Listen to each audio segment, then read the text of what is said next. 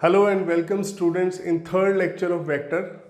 देखिए, इससे पहले दो लेक्चर जो हमने वेक्टर के लिए हैं उसमें हमने देखा कि वेक्टर कैसे लिखे जाते हैं। उसके बाद वन डायमेंशन और टू डायमेंशन में पोजीशन वेक्टर कैसे लिखे जाते हैं ये हमने सीखा है।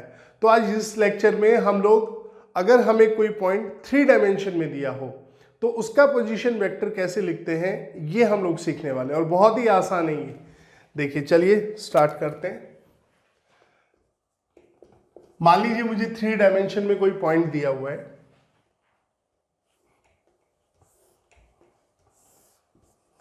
ये हमारी एक्स एक्सिस हो गई, ये हमारी वाई एक्सिस हो गई और ये हमारी जेड एक्सिस हो गई। ठीक है, और ये कोई पॉइंट दिया हुआ है पी, राइट।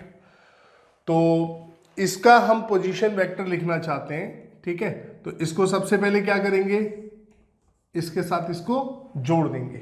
ठीक है, तो अब देखिए, सब थ्री डायमेंशन में लिखने के लिए थोड़ा सा आपको विजुलाइज करना होगा कि थ्री डायमेंशन मतलब किस तरीके से। ठीक है, अब देखिए ये वाली जो एक्सिस है ये बेसिकली यहां बोर्ड पे तो देखो ऐसे ही दिखाई देगी आपको, राइट। बट ये एक्सिस एक्चुअली आपकी तरफ आ रही है, इस तरफ।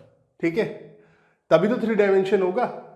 गौर से देखिए आप कि यहां पर एक्स वाई जेड, इसमें ये एक्सिस जो दिख रही है ये इस तरीके से बोर्ड पे यहां दिख रही है, बट एक्चुअल में इसे यहां दिखाने का मतलब है क्योंकि ये तीनों म्यूचुअली परपेंडिकुलर है तो ये आपकी तरफ आ रही है। तो जैसे मान लो ये एक्स एक्सिस है, ठीक है, ये आपकी तरफ, ये वाई और ये जेड एक्सिस इस तरीके से है।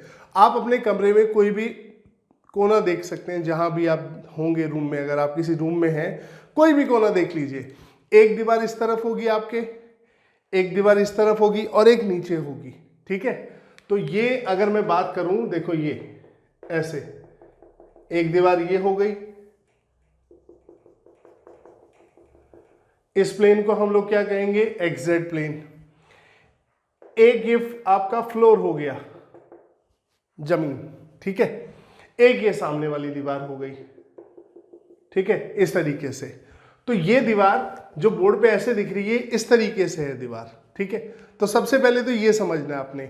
डायग्राम आपको ठीक से समझ आएगा, उसके बाद लिखना बड़ा आसान है। इसमें लिखना बिल्कुल भी मुश्किल नहीं है इसमें, क्योंकि लिखने के लिए जो चीजें चाहिए वो आप टू डायमेंशन में सीख चुके हैं। सिर्फ इसका एक विजुअलाइजेशन हो जाना चाहिए कि थ्री डायमेंशन कैसे होता है। ठीक है, तो आप रूम का कोई भी कोना देख लीजिए, उसमें एक लाइन ऐसे आ रही होगी, दो दीवार जहां पर ज्वाइन हो रही होगी। ठीक है, उनके बीच में लाइन होगी, एक लाइन ऐसे, एक इधर और एक इधर। बस यही थ्री डायमेंशन सिस्टम है। अब मान लीजिए रूम में आपने ये पॉइंट पी ले लिया, फिर आप क्या करें, उस कोने से जहां पर ये तीनों आपकी दीवार का ये इंटरसेक्शन हो रहा है, ठीक है, ये वाली लाइन, ये वाली लाइन, ये वाली लाइन मिल रही है, इससे उस पॉइंट को जोड़ दीजिए। जैसे हमने ओ से यहाँ पी को जोड़ा है। ठीक है, तो आपने क्या किया, ये पॉइंट पी लिया और इसको उस पॉइंट से जोड़ दिया, ओरिजिन से। ठीक है, तो ये कुछ इस तरीके से आपके सामने आ रहा है, राइट। अब आप देखिए, अब यहां भी अगर मैं ओपी वेक्टर लिखने जाऊं तो OP vector equals to OP का मैग्नीट्यूड, ओपी का यूनिट वेक्टर। ठीक है, ये होगा। अब यहां पर ये यूनिट वेक्टर नहीं है मेरे पास। ठीक है, ये हमारे पास नहीं है तो हम लोग इससे तो नहीं लिख सकते हैं।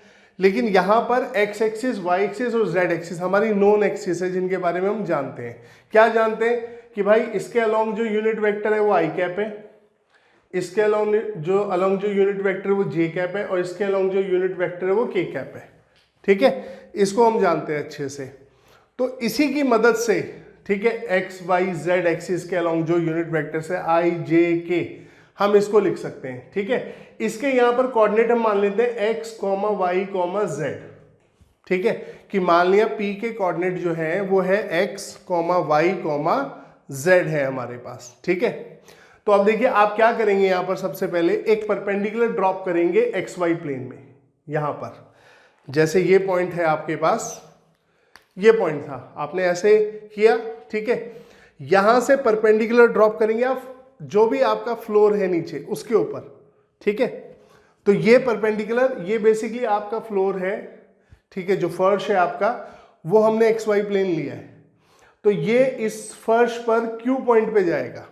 आप जिस भी रूम में इसको साथ साथ करके देखते रहिए, ठीक है।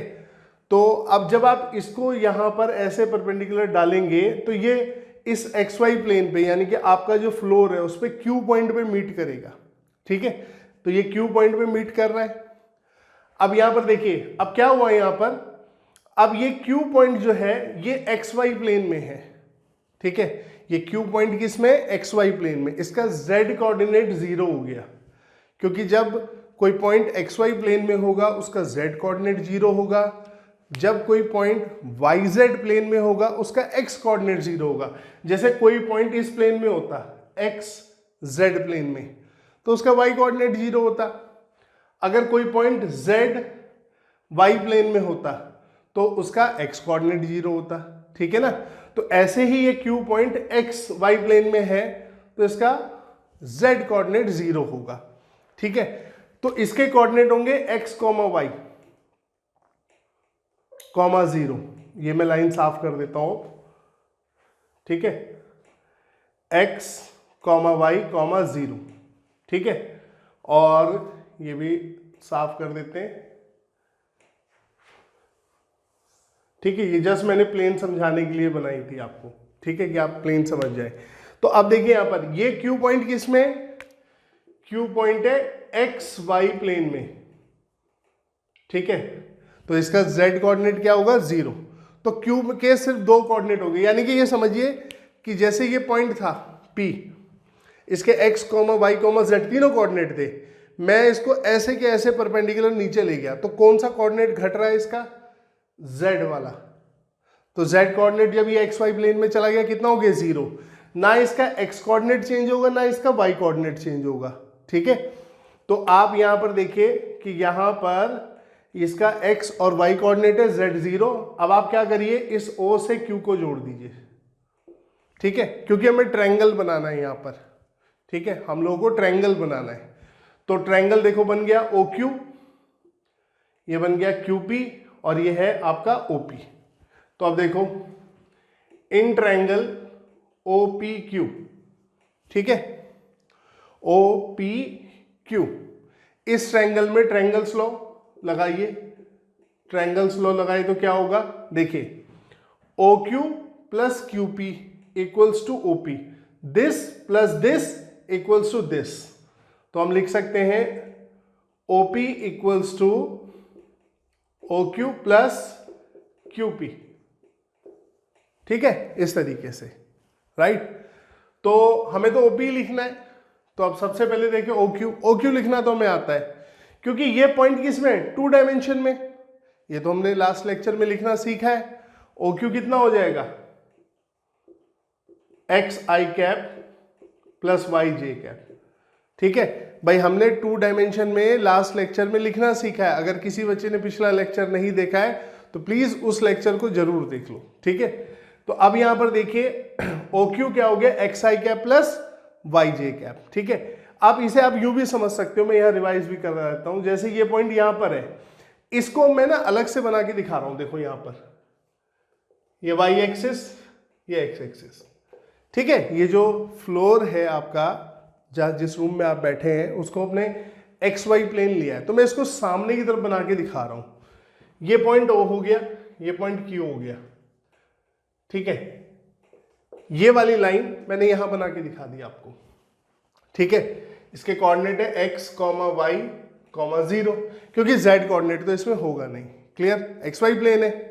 तो हमने लास्ट टाइम कैसे सीखा था, हमने यहां से परपेंडिकुलर डाला था, तो जहां इसने काटा था पॉइंट क्या था M, और ये हमने M का पोजीशन वेक्टर लिखा था, और ये कितना है x कोऑर्डिनेट, ये इसके x कोऑर्डिनेट के बराबर है। यहां से परपेंडिकुलर डाला था n, ये y कोऑर्डिनेट के बराबर है, ठीक है। अगर आप 2 डायमेंशन में किसी भी लाइन से या 3 डायमेंशन में अगर आप यहां से x एक्सिस में 90 डिग्री पे डालोगे यानी कि परपेंडिकुलर डालोगे तो वो इसके x कोऑर्डिनेट को दिखाएगा। पर क्योंकि ये फिगर हमने बोर्ड पे बनाया हुआ है और बोर्ड 2 डायमेंशनल होता है, प्लेन होता है, तो प्लेन पे 3 डायमेंशन फिगर को आप कितने भी अच्छे से कोशिश कर ले, ठीक है, कभी भी परफेक्ट तरीके से नहीं दिखा सकते। इसलिए इसमें जरूरी है कि बच्चा रूम में अगर किसी है नहीं है तो रूम में चला जाए और उसको विजुलाइज करे, ठीक है। रूम का कोई भी कोना पकड़ ले, उसे 3 लाइनें दिखाई दे जाएंगी, एक तरफ x मान ले, एक तरफ y और एक तरफ z, ठीक है। तो इस पॉइंट से अगर आप x एक्सिस पे परपेंडिकुलर डालोगे, अगर ये p पॉइंट है, आपने x पे परपेंडिकुलर डाला, तो ओरिजिन से मान लो वो पॉइंट यहां मिलता है, तो ओरिजिन से यहां तक x कोऑर्डिनेट होगा इसका। अगर इस पॉइंट से y पे डाला तो ओरिजिन से जहां ये काटेगा y एक्सिस को, वहां तक इसका y कोऑर्डिनेट होगा। और ओरिजिन यहां से z पर डाला परपेंडिकुलर, तो वो इसका z कोऑर्डिनेट होगा। जैसे यहां पर इससे x एक्सिस पे डाला तो ये इसका x कोऑर्डिनेट, y पे डाला तो ये y कोऑर्डिनेट, अगर ये z होती तो ये z कोऑर्डिनेट होता, ठीक है। सिंपल इतना समझना है, राइट। तो अब आप देखिए OQ हमने क्या लिखा था यहाँ पे, ट्रायंगल्स लॉ से, यहाँ पर भी मैं रिवाइज करा रहा हूं आपको, ठीक है। OQ कितना हो गया था यहाँ पर, OM प्लस MQ, ठीक है। अब OM कितना था हमारा, ये पोजीशन वेक्टर है M का, इस M के कोऑर्डिनेट है x, 0, 0, क्योंकि ये x एक्सिस पर है और x एक्सिस पर y और z दोनों कोऑर्डिनेट 0 होंगे।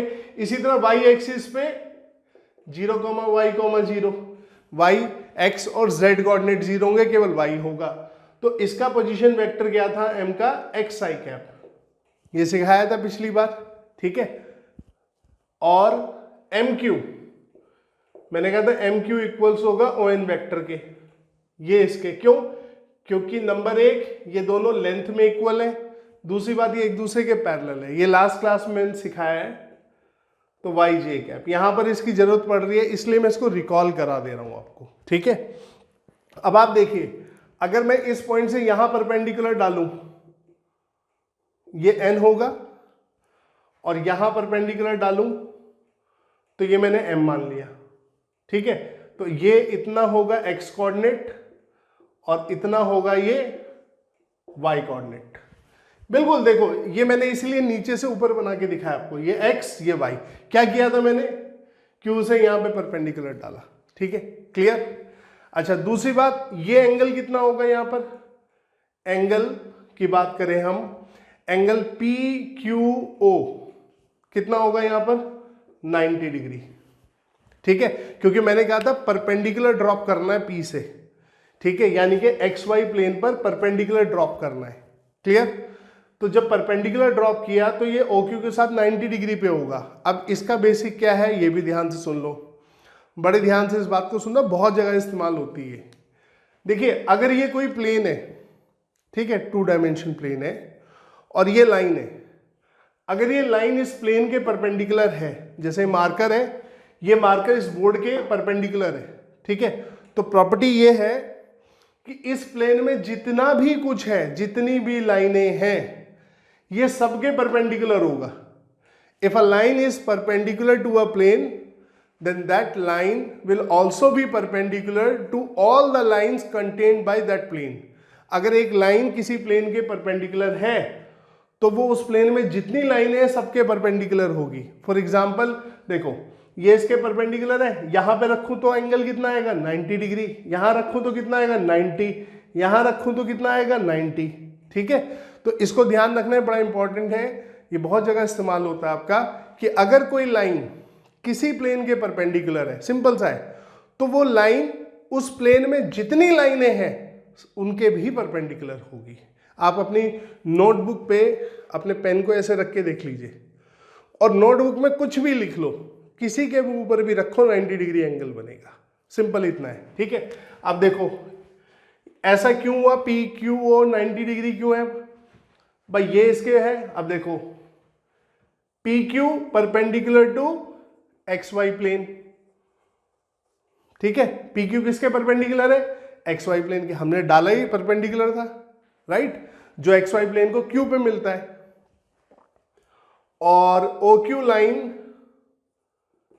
Is in XY plane, OQ line किस में, XY प्लेन में, ये लाइन किस में, XY प्लेन में, तो देयरफॉर ये इसके क्या होगी, परपेंडिकुलर। तो ये एंगल कितना हुआ, 90 डिग्री, ठीक है, याद रहेगा, एंगल PQO 90 डिग्री। अब आप चाहे ना कुछ नहीं करना है, आपके पास नोटबुक हो तो मैं आपको दिखाता हूं अभी नोटबुक।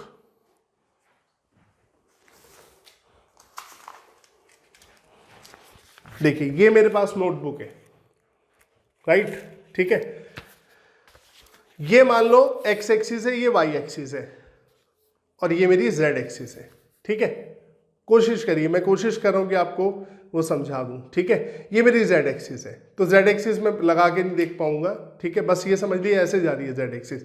ये पॉइंट पी था यहां पर, ठीक है। इससे मैंने परपेंडिकुलर ड्रॉप किया ऐसे, ये वाला पी क्यू।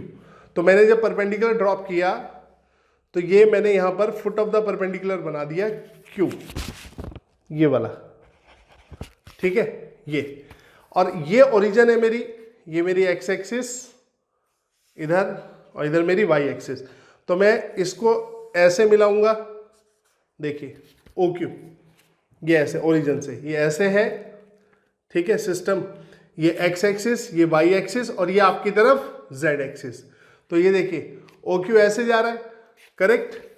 तो अब मैं, ये पी क्यू है, ये देखो एंगल कितना बन रहा है, आप देखो 90 डिग्री, ठीक है। आप अपनी कॉपी में ऐसी नोटबुक में करके देखिए, ये पी क्यू, ये एंगल कितना बना रहा है 90 डिग्री इसके साथ, ठीक है। तो ये 90 डिग्री एंगल हो गया, राइट। ये चीजें करके देखेंगे ना, देखिए फिजिक्स में यही अच्छी बात होती है, जितना बच्चों आप करके देखोगे ना छोटी छोटी चीजों को, डिटेलिंग मेन मायने रखती है। कई बार बच्चे कॉन्सेप्ट का ओवरव्यू लेते हैं, प्रॉब्लम सॉल्व करते, खत्म, क्लोज, बहुत ज्यादा दूर तक नहीं जा पाते, ठीक है। उनको प्रॉब्लम होती है आगे चल के। जब आप सीखते हैं, सिखाने वाले का भी ये फर्ज है और सीखने वाले का भी, कि वो छोटी छोटी डिटेल्स पे ध्यान दे। इससे एक तो उसको केयरफुल रहना आ जाएगा, चीज़ों को कंप्लीटली समझना आ जाएगा, और ये हैबिट में आ जाएगा। जब हैबिट में आ जाएगा तो ट्रस्ट मी, मैंने पहले भी कहा था फिजिक्स सबसे आसान है, सबसे स्कोरिंग होगी आपके लिए, ठीक है। चलिए यहां पर आते हैं फिर दोबारा। तो भाई ये ट्रायंगल ओ पी क्यू अब क्या है, राइट एंगल ट्रायंगल, ठीक है। ओ क्यू हमने लिख दिया 2 डायमेंशन में, मैंने रिकॉल भी करा दिया आपको, इसमें डाउट नहीं होना चाहिए। अब बारी आई क्यूपी की। अब क्यूपी क्या करें, देखो अब ये इस तरीके से है, ठीक है। आपकी ये जो पॉइंट है क्यूपी, ये जेड एक्सिस है, ठीक है। ये दोनों, ये ओरिजिन और ये क्यू पॉइंट, ये ऐसे सरफेस है, इस पर ऐसे रखे हुए हैं, ठीक है।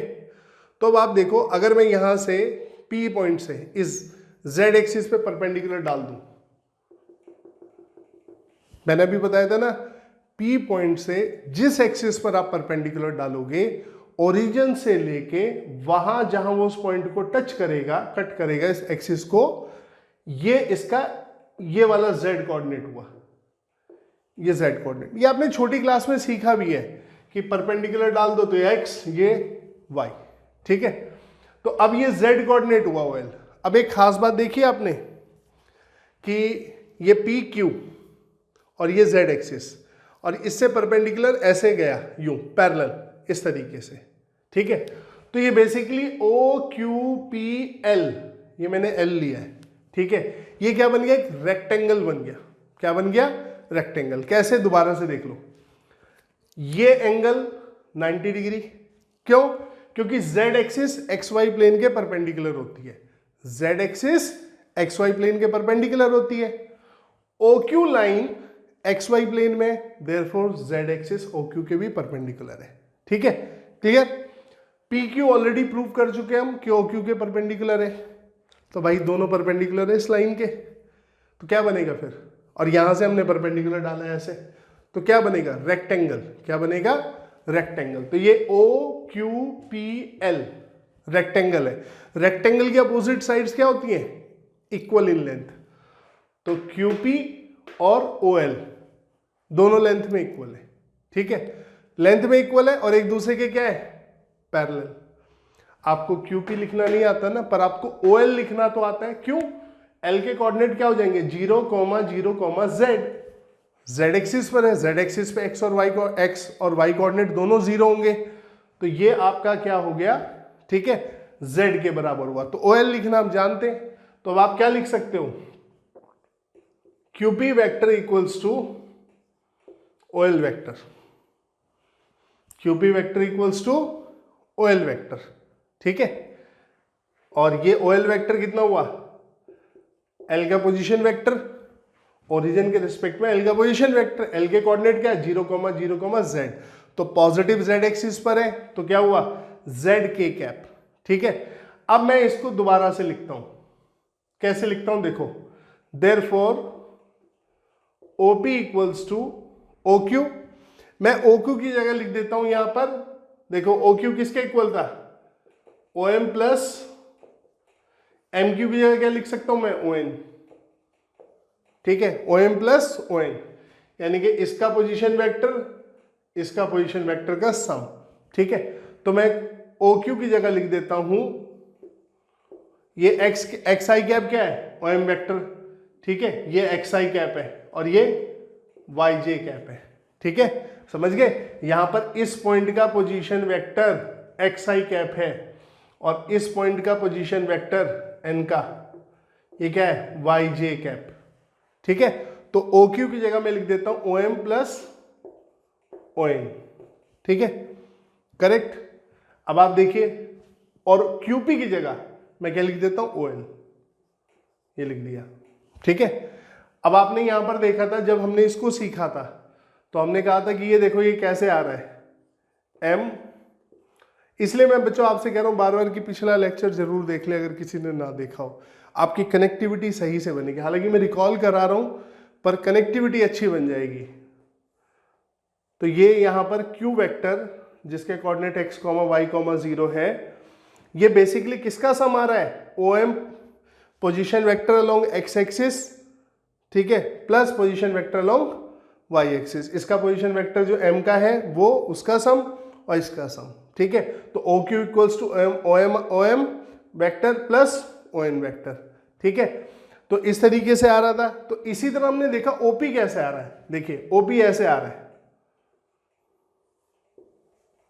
इस तरीके से।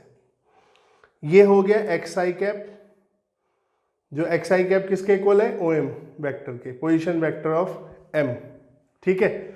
ये आपका ये x एक्सिस हो गई, ये y एक्सिस, ये हो गया ON वेक्टर यानी कि yj कैप, ठीक है, ये z एक्सिस, और ये हो गया कितना, OL वेक्टर जो हो गया zk कैप, और ये OP P वेक्टर, इसके x, y, z।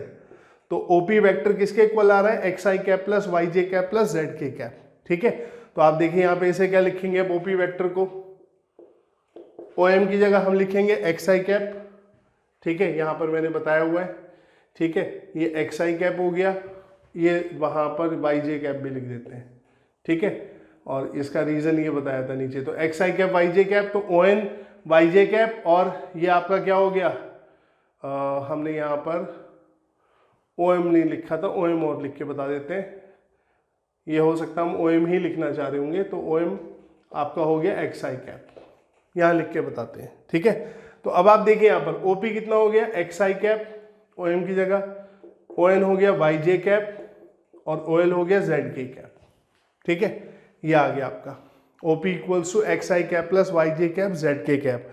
अब कहने को बच्चे ये कह सकते हैं कि सर इसके साथ I लगा दिया आपने, इसके साथ J लगा दिया, इसके साथ K लगा दिया, तो भी अगर हम ऐसा करते तो भी यही आएगा। पर इतनी सारी बातें जो हमने बीच में समझी है, ये सारी डिटेल खत्म हो जाएंगी और फिर इसका नुकसान आगे होगा आपका, ठीक है, क्योंकि आपका ब्रेन उतना डेवलप ही नहीं हो पाएगा ना, बन ही नहीं पा रहा है उतना ब्रेन। तो ये एक बार की मेहनत है, बस एक बार करना होता है, एक बार आप सीख लीजिए फिर प्रॉब्लम नहीं होगी आपको, ठीक है, हमेशा दिमाग में रहेगा क्या किया है।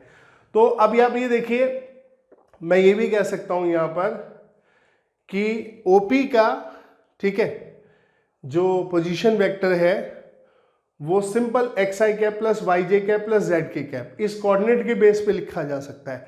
लेकिन जब इसको हम ज्योमेट्रिकली लिख के देखते हैं तो इसमें 2 डायमेंशन के और ट्रायंगल्स लॉ दोनों की जरूरत पड़ती है, यानी कि 2 डायमेंशन में वेक्टर कैसे, पोजीशन वेक्टर कैसे लिखा जाता है इसकी भी जरूरत पड़ती है और ट्रायंगल्स लॉ की भी जरूरत पड़ती है, ठीक है ना। तो दोनों के दोनों बेसिक हमने पिछली क्लास में सीखे थे, राइट। अब इसका मैग्नीट्यूड देखें कितना आएगा, तो मैग्नीट्यूड थोड़ा मैथ से निकाल देते हैं। ये देखो O से Q की लेंथ कितनी है, यहाँ पे इसकी लेंथ कितनी होगी, ये होगी कितनी, under root X square plus Y square. ठीक है भाई, ये x ये y, तो पाइथागोरस थ्योरम से कितना हो गया, under root X square plus Y square, ये आ गया under root X square plus Y square, OQ की लेंथ। ठीक है, मैंने ये भी बताया था कि देखो ये OQ का मैग्नीट्यूड हुआ, इसका मैग्नीट्यूड, तो OQ कितना है, x I cap plus Y J cap, यानी कि I के कोफिशिएंट का स्क्वायर प्लस J के कोफिशिएंट का स्क्वायर। ठीक है, देखते हैं अब यहां भी ऐसे आता है या नहीं आता है। ठीक है, तो ये हो गया ये। अब ये पूरा कितना है भाई, पी क्यू जेड कोऑर्डिनेट के बराबर, जितना ये जेड है इसकी लेंथ उसके बराबर है। मैंने बताया ना रेक्टेंगल बन रहा है, तो ये जेड है तो ये भी जेड होगा। अब देखिए ये, इसमें पाइथागोरस थ्योरम लगा दो, ये हाइपोटेन्यूस हो गया ओपी, तो इसका स्क्वायर प्लस इसका स्क्वायर, इसका स्क्वायर करोगे तो क्या होगा, अंडर रूट खत्म, इसका स्क्वायर करोगे जेड स्क्वायर, तो ये कितना आ गया, X square plus Y square plus Z square. करके देखिएगा कॉपी में भाई, देखिए यहां पे ओपी कितना हो जाएगा, ओपी हो जाएगा अंडर रूट कितना, OQ का स्क्वायर प्लस QP का स्क्वायर, ये पाइथागोरस थ्योरम से।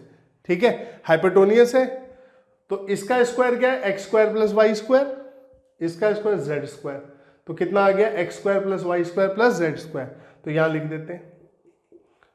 अब फिर कंपेयर करते हैं, यहां I का कोफिशिएंट कितना है, x, तो x का स्क्वायर, फिर बीच में प्लस, फिर J का कोफिशिएंट क्या है, y, उसका स्क्वायर, K का कोफिशिएंट क्या है, z, z का स्क्वायर। यही चीज यहां पर आई थी, I के कोफिशिएंट का स्क्वायर प्लस J के कोफिशिएंट का स्क्वायर, यही चीज यहां पर आई। तो इसका मतलब किसी भी वेक्टर का मैग्नीट्यूड कैसे लिख सकते हो आप, I के कोफिशिएंट का स्क्वायर प्लस J के कोफिशिएंट का स्क्वायर प्लस K के कोफिशिएंट का स्क्वायर और पूरे का अंडर रूट। ठीक है, इस तरीके से। तो ये हो गया पोजीशन वेक्टर लिखने का तरीका, राइट। तो अब आप देखिए यहां पर हमें ये नहीं पता था ना, यहां अब ये भी निकल जाएगा। ओपी गैप कितना होगा, ओपी गैप होगा OP vector, OP vector upon OP का मैग्नीट्यूड, तो ये कितना हो गया, X I cap plus Y J cap plus Z K cap. ठीक है, upon under root X square plus Y square plus Z square. लीजिए, हमें डायरेक्शन नहीं पता थी इसकी, 3 डायमेंशन में भी डायरेक्शन पता लग गई। ठीक है, तो बच्चे बहुत आसानी से लिखना सीख लेते हैं ये चीजें, ज्योमेट्रिकल उससे बचते हैं। बचिए मत, किसी भी चीज से मत बचिए। ठीक है, जितना आप छोटी छोटी डिटेल्स में जाएंगे आपका दिमाग खुलेगा फिजिक्स में। ठीक है, आसानी होनी शुरू हो जाएगी। तो ये 3 डायमेंशन में लिखना हो गया आपका। ठीक है, दूसरी एक और बात हमने क्या कंक्लूड की यहाँ पर, किसी की भी वेक्टर का अगर मैग्नीट्यूड लिखना हो तो क्या लिखना है। जैसे मान लीजिए कि एक वेक्टर दिया हुआ है ए, ये दिया A I cap plus B J cap plus C K cap, तो हमने क्या सीखा कि इसका मैग्नीट्यूड क्या हो जाएगा, अंडर रूट आई के कोफिशिएंट का स्क्वायर, जे के कोफिशिएंट का स्क्वायर प्लस के कोफिशिएंट का स्क्वायर, ऐसे। ठीक है, ये हमने मैग्नीट्यूड के लिए भी देख लिया। करेक्ट। तो चलिए, तो उम्मीद करता हूँ ये समझ आ गया हो गया आपको। ठीक है, और अगर ये समझ आ गया इसको करके जरूर देखना एक बार। एक ही बार मैंने कहा ना, सिर्फ एक बार करना पड़ेगा। जब सारी चीजें समझ आ जाएंगी तो बहुत आसानी मिलेगी। ठीक है, और इसका आगे भी यूज होगा। ठीक है, आगे भी जो चीजें मैंने ज्योमेट्रिकली सिखाई हैं इनको आगे भी हम लोग इस्तेमाल करेंगे। चलिए, तो ये हो गया। ठीक है, अब हम अब मान लीजिए हमारे पास स्पेस में 2 पॉइंट दिए हुए हैं, उनसे वेक्टर कैसे लिखते हैं वो सीखेंगे। ठीक है, चलिए इसका स्क्रीनशॉट ले लीजिए आप।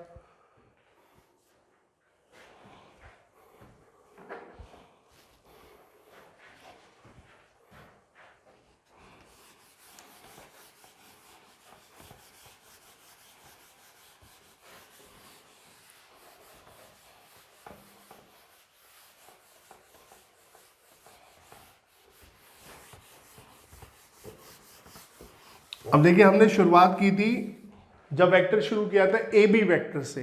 ए और बी 2 पॉइंट लिए थे, एक हेड और एक टेल।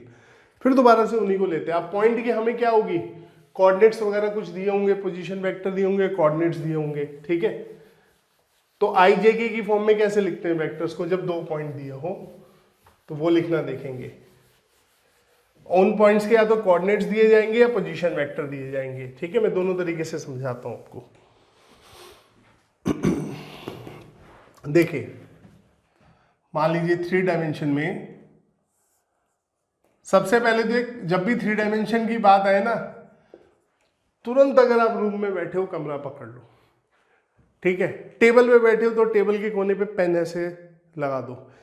टेबल ऐसे प्लेन तो होती है, एक साइड इधर होगी एक इधर होगी, उसके कोना पकड़ो और ऐसे पेन लगा दो, बन गया आपका 3 डायमेंशन। ठीक है, इससे आपको विजुलाइज करने में, चीज को समझने में बहुत आसानी हो जाएगी। ठीक है, और देखिए मैं चाहूं तो कुछ प्रॉप्स वगैरह इस्तेमाल करके चीजें बता सकता हूं आपको, पर मैं चाहता हूं कि आप लोग जो आपके आसपास अवेलेबल हो चीजें, मैंने अपने फर्स्ट उसमें भी कहा था, जितना हो सके आप अपनी आसपास की चीजों से रिलेट करने की कोशिश करिए। ठीक है, क्योंकि हम चलिए एक चीज को समझाने के लिए एक स्पेशल अरेंजमेंट करके आपको समझा देंगे, लेकिन हर कॉन्सेप्ट के लिए आप स्पेशल अरेंजमेंट नहीं कर पाएंगे ना। आपको हर कॉन्सेप्ट को अपने आसपास की चीजों से ही विजुलाइज करने की कोशिश करनी है, ताकि आप समझ सके एग्जैक्टली क्या हो रहा है। और जब वो सिचुएशन आप बनाते हैं तो आपके दिमाग में लंबे टाइम तक रहती है। ठीक है, जो चीज आपने करके देखी होती है ऐसे। तो अब मेरे पास एक पॉइंट है ए, जिसके कोऑर्डिनेट है x1 y1 z1। ये 3 डायमेंशन में भी हो सकता है, 2 में भी, मैं जस्ट ऐसे आपको बता रहा हूं।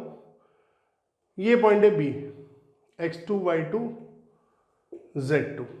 ठीक है, तो मैंने यहाँ कोऑर्डिनेट लिए हैं, इनके पोजीशन वेक्टर भी दे सकता है। पोजीशन को, अब किसी पॉइंट की पोजीशन को दिखाने का तरीका कोऑर्डिनेट से भी होता है और वेक्टर से भी होता है। ठीक है, विद रेफरेंस टू ओरिजिन, और ओरिजिन के रेफरेंस में मुझे लिखना है ए बी वेक्टर। अब देखिए यहाँ पर बी मेरा क्या हो गया, यहाँ पे हेड हो गया, और ये मेरा हो गया टेल। तो जो वेक्टर का पहला लेक्चर था हमने यहीं से स्टार्ट किया था, तब ए और बी के बारे में सिर्फ हेड और टेल पता था। आज इनकी पोजीशन भी पता है हमें। ठीक है, तो हमने उसी को लिखते हुए यहाँ लेके आए अपने नोन सिस्टम में, कैसे लिखते हैं उसको। तो सबसे पहला हम काम क्या करेंगे भाई, हम लोग वेक्टर में बदलना है, ए को ओरिजिन से जोड़ देंगे। क्यों? क्योंकि मुझे पोजीशन वेक्टर लिखना आता है। ठीक है, और बी को, क्लियर? तो एक ट्रायंगल बन गया, ट्रायंगल ओ ए बी। ठीक है, ओ ए बी। तो फ्रॉम ट्रायंगल्स लॉ, इसमें ट्रायंगल्स लॉ लगा दो। ठीक है, क्या होगा, O A vector this plus this, A B vector equals to O B vector. ठीक है, O A plus A B vector equals to O B vector. किसी भी ट्रायंगल में दो साइड के अलोंग जो वेक्टर होते हैं सेम सेंस में, उनका सम तीसरे के इक्वल होता है जो उनके अपोजिट आता है। ट्रायंगल्स वो ये कहता है। हमें तो ए बी निकालना है बस, तो ए बी कितना हो गया, O B minus O A. Correct? अब देखिए इसे क्या पढ़ सकते हैं आप, this is what, position vector of head minus position vector of tail. तो अगर दो पॉइंट आपको दिए हो, उनसे कोई भी वेक्टर लिखना हो, तो तरीका क्या है, position vector of head minus position vector of tail. यानी कि हेड की पोजीशन वेक्टर लिखा, उसमें से माइनस कर दिया टेल का पोजीशन वेक्टर। मान लो ये बी नहीं सी डी दिए होते ऐसे, तो देखो आप इन्हें ऐसे जोड़ते हो ओरिजिन से। ठीक है, ये ऐसे जाता है, ये ऐसे जाता है। तो देखो O C plus O D equals to, sorry, O C plus C D equals to O D होता। यहां पे भी देख लो, O C plus C D equals to O D होता। ठीक है, मान लो ये ई एफ होते, तो O E plus E F equals to O F होता। तो ये भी सी डी कितना आ रहा है यहाँ पे, ओ डी माइनस ओ सी। तो ये क्या है, हेड, और ये क्या है, टेल। तो ये क्या है, पोजीशन वेक्टर ऑफ हेड और minus position vector of tail. अब बार बार आपको बना के देखने की जरूरत नहीं, आपको याद रहेगा। ठीक है, कोई भी दो पॉइंट दिए, उनसे वेक्टर दिखना है तो क्या तरीका है, आप देखो पहले हेड और टेल कौन सा है, फिर हेड के पोजीशन वेक्टर में से टेल का पोजीशन वेक्टर घटा दो तो वो वेक्टर लिखा जाएगा। ठीक है, राइट?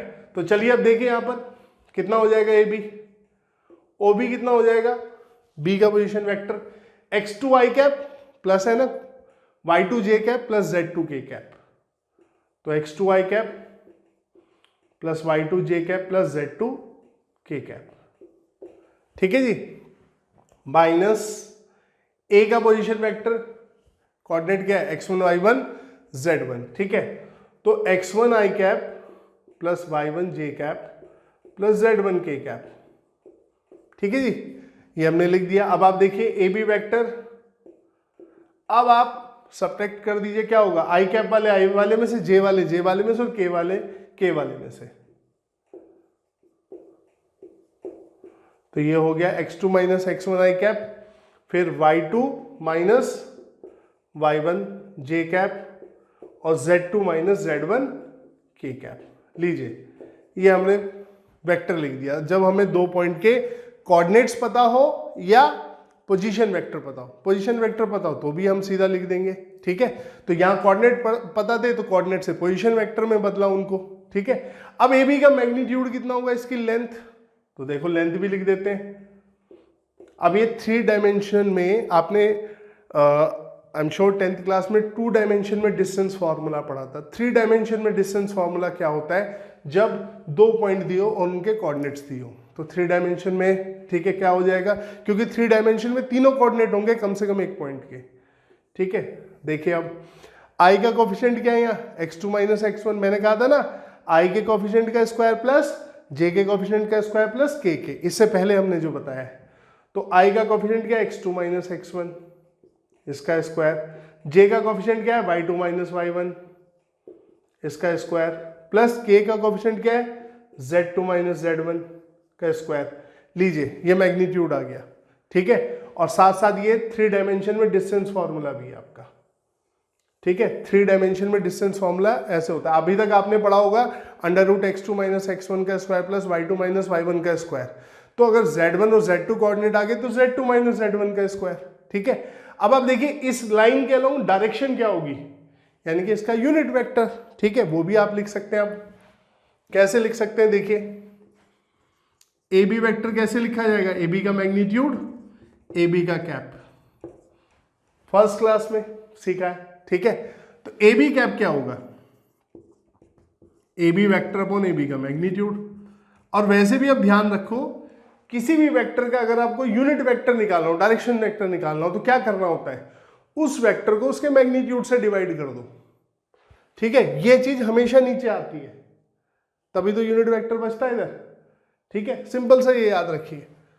तो A B cap, A B vector कितना हुआ, x2 minus x1 I cap plus y2 minus y1 j cap, ठीक है, ये रहा, ठीक है, plus z2 minus z1 k cap, ठीक है, divided by under root x2 minus x1 का square plus y2 minus y1 का square plus z2 minus z1 का स्क्वायर, ठीक है। ये लीजिए ये भी कैप भी आ गया, ठीक है। तो हमने जहां से वेक्टर का बिल्कुल लिखना शुरू किया था वो हमने लिख दिया है, ठीक है। बिल्कुल भी इसमें मुश्किल नहीं होगी आपको लिखने में, ये सिंपल तरीका है लिखने का, बिल्कुल, ठीक है। ये तो जितने लेक्चर ये बताए हैं मैंने आपको, इन सब लेक्चर को ध्यान से एक बार कर लीजिए, सिर्फ एक बार ठीक से करना है, उसके बाद कभी जरूरत नहीं पड़ेगी, ठीक है। फिर वो वाली बात नहीं, आप यहां पर जब लिखेंगे अगली बार सही तरीके से लिखेंगे, विद प्रॉपर नॉलेज लिखेंगे, कॉन्फिडेंट होके लिखेंगे कि मैंने सही लिखा है। और अगर किसी ने सिर्फ ये बताया बेटा इसके साथ आई लगा दे, इसके साथ जे, इसके साथ के लगा के आंसर तो ले आओगे, लेकिन ये नहीं पता क्यों, ठीक है। तो फिर याद ही करना था तो साइंस लेके क्या फायदा, ठीक है। तो रटना नहीं है, मेरा कहने का मतलब है जब शुरुआत में थोड़ी सी मेहनत कर लीजिए आसान हो जाएगा सब कुछ बहुत, ठीक है। चलिए इसका स्क्रीनशॉट लीजिए, फिर कुछ प्रॉब्लम बनाते हैं।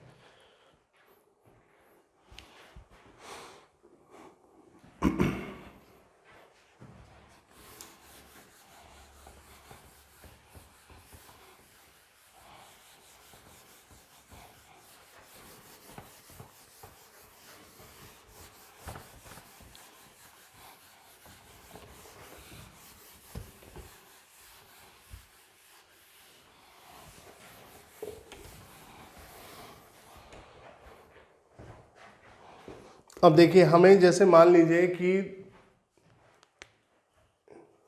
एक क्वेश्चन दिया हुआ है, ठीक है, हमें P कोऑर्डिनेट के कोऑर्डिनेट दिए हैं ये, और Q के कोऑर्डिनेट दिए हैं 0, -1, 3, ठीक है। और हमसे पूछा गया कि PQ वेक्टर लिख दो, तो PQ वेक्टर लिखना है हमें ये, करेक्ट। तो बिल्कुल सिंपल है, अभी हमने सीखा है कैसे लिखेंगे हम PQ वेक्टर।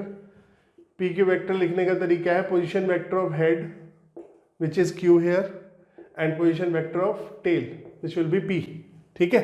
तो सिंपली OQ माइनस OP। अब यहां OP और OQ लिखना कोई दिक्कत की बात नहीं है। 2 प्लस आई कैप, ध्यान से सुनना, 2 प्लस आई कैप। जब आप बोले आप ऐसे बोले, ठीक है। ये नहीं, ये ना बोले आई लगा दो, जे लगा दो, के लगा दो। मैंने बता दिया है गलत क्यों होता है वो।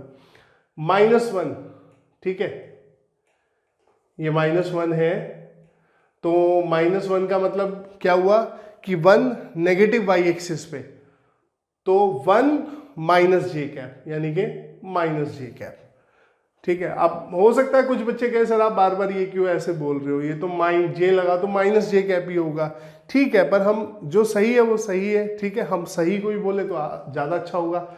ये z कोऑर्डिनेट 3 है तो +3 है, तो यानी कि 3k कैप, ठीक है। OQ 0 है, x कोऑर्डिनेट तो 0 आई कैप, y कोऑर्डिनेट -1 है यानी कि नेगेटिव y एक्सिस पे, तो -j कैप, z कोऑर्डिनेट 3 है यहाँ पर तो 3k कैप, ठीक है। इस तरीके से, राइट। अब आपका ये आ गया तो ये कितना आ गया, -j cap plus 3k cap, ठीक है। तो लिख देते हैं, चलिए PQ वेक्टर। OQ कितना हो गया, -j प्लस 3k कैप, ठीक है। और माइनस OP कितना हो गया, 2i cap minus j cap plus 3k cap, तो कितना आ गया देखो, ये माइनस जाएगा प्लस j हो जाएगा, ये -3k, तो ये आपस में कैंसिल, तो क्या बचा, -2i कैप। PQ कितना आ गया, -2i कैप, राइट। अब इसका मैग्नीट्यूड कितना आ गया, तो मैग्नीट्यूड कैसे लिखोगे, अंडर रूट करके, जरूरत नहीं पड़ेगी।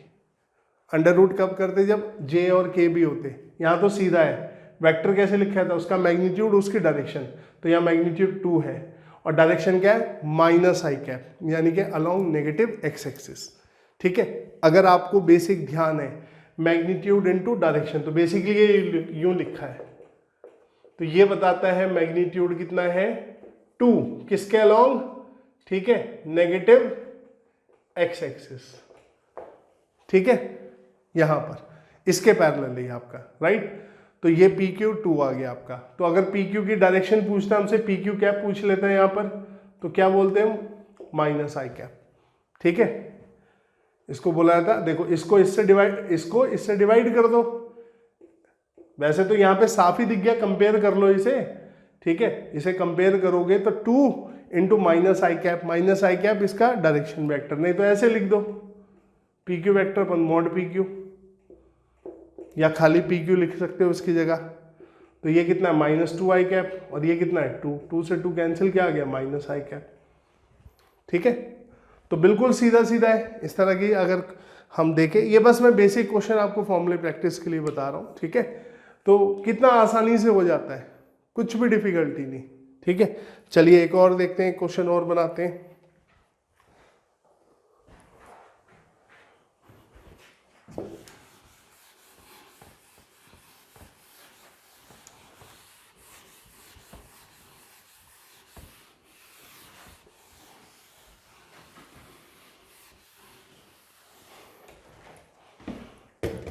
अब देखो हमें एक लाइन दी हुई है, इस पर एक पॉइंट है A, एक पॉइंट B और एक पॉइंट C।